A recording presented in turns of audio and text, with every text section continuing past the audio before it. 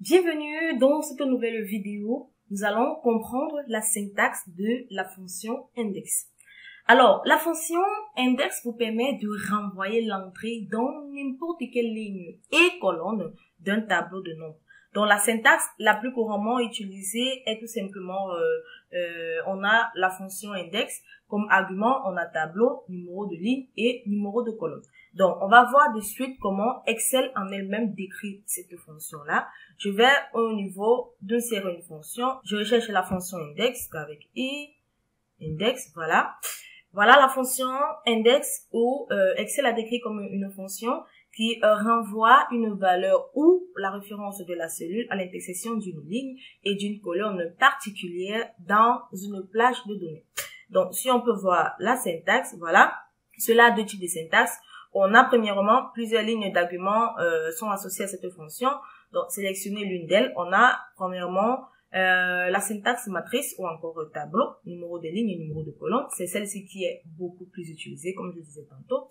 On a cette autre syntaxe qui fait la référence, voilà, numéro de ligne, numéro de colonne, ensuite numéro de zone. Donc, voilà les deux syntaxes qui sont utilisées pour la fonction index. Mais la syntaxe la plus utilisée, c'est matrice ou encore tableau, voilà, numéro de ligne, ensuite numéro de colonne. Donc, on va de suite voir comment cela fonctionne. Voilà, j'ai cette classeur autant pour moi que j'ai nommé syntaxe de la fonction index avec cette feuille de calcul que j'ai nommée fonction index. Là, on a au niveau de la colonne C les produits et on a une plage de cellules, voilà, de D4 à I9. On a tout simplement les différents produits pour les différents mois de janvier jusqu'en juin. Maintenant, ce que je veux, si j'ai une base de données en C, je veux rechercher les produits, le produit 2 pour le mois de mai. Donc, c'est tout simplement le produit 2 pour le mois de mai, qui est 742. Maintenant, je vais le rechercher en utilisant la fonction index. Premièrement, vous avez la possibilité soit de nommer votre plage, puisque ma plage de données est tout simplement cette plage-ci.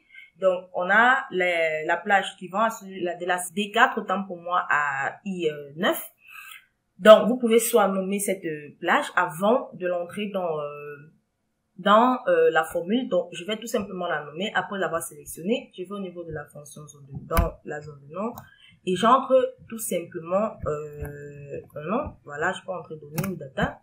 Cela est fait. Maintenant, je peux écrire en recherchant le produit 2 pour le mois de mai. Bon, j'entre égal à la fonction index.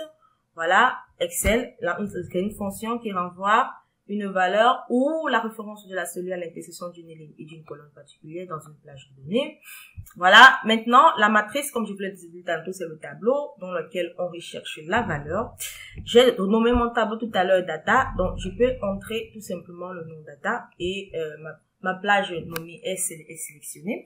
Donc, cela vous permet en fait de ne pas, même si vous ne maîtrisez pas exactement l'emplacement de votre base de données, vous pouvez utiliser la plage nommée pour entrer la formule. Maintenant, le point le plus important, on va entrer maintenant le numéro de ligne et ensuite le numéro de colonne.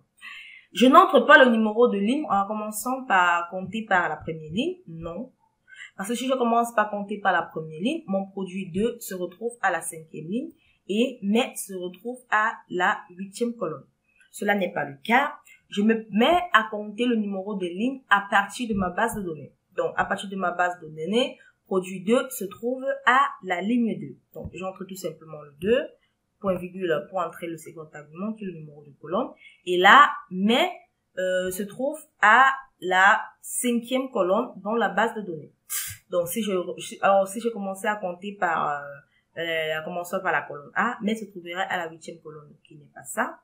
Donc, on va entrer tout simplement 5 là pour entrer la 5e colonne. C'est par rapport, les numéros de ligne et le numéro de colonne sont en fonction de la base de données.